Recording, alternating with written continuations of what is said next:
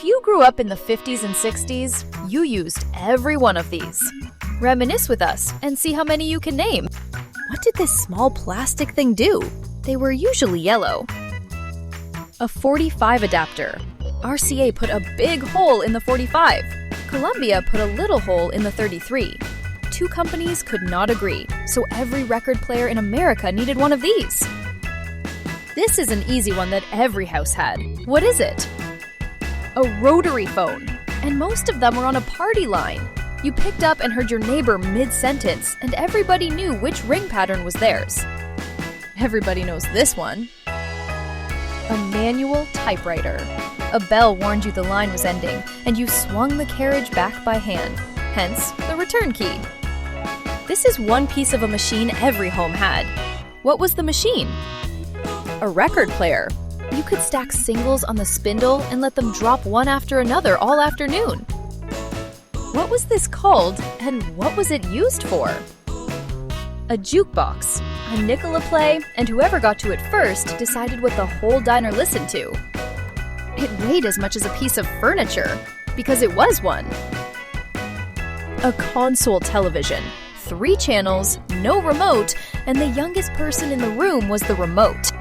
This one changed everything for teenagers. A transistor radio. It took music out of the living room and put it in a kid's pocket, and rock and roll went right along with it. What was this used for? A Viewmaster. You held it up to the light and clicked through the reel. It was not sold as a toy at first. It launched at the 1939 World's Fair as a souvenir for adults. This made mornings easier. What was it? A percolator. It runs the same water through the grounds over and over, which is exactly why drip coffee beat it. It burns the pot. Somebody dropped this on your porch once a year. A phone book. Every name, address, and number in town, printed and delivered to your door. And nobody thought that was strange. Look familiar? A Kodak Brownie. It was the camera that made photography something ordinary families did, not something you hired a man for. Every kitchen drawer had one. Most people under 40 have never used one.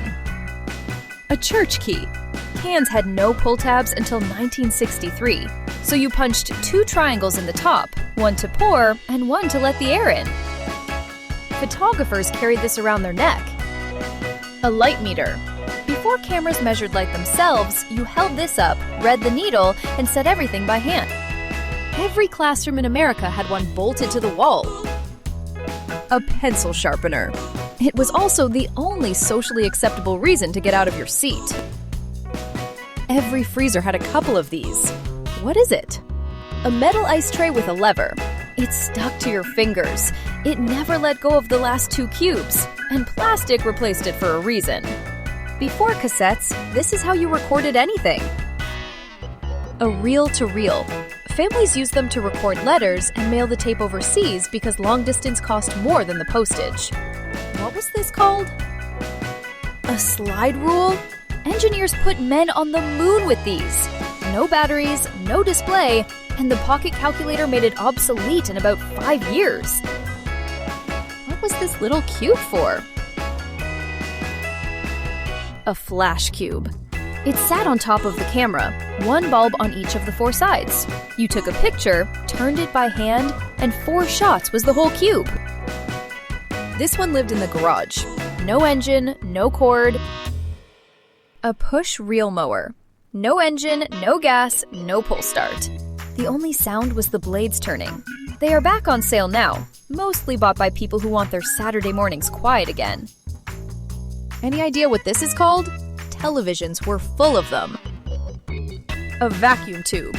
When the TV died, you pulled the tubes out yourself, carried them to the drugstore, and tested them in a machine by the front door. Televisions broke often enough that fixing them was a full-time job in every town. How many did you get right? Drop it in the comments. Subscribe, and see you in the next video!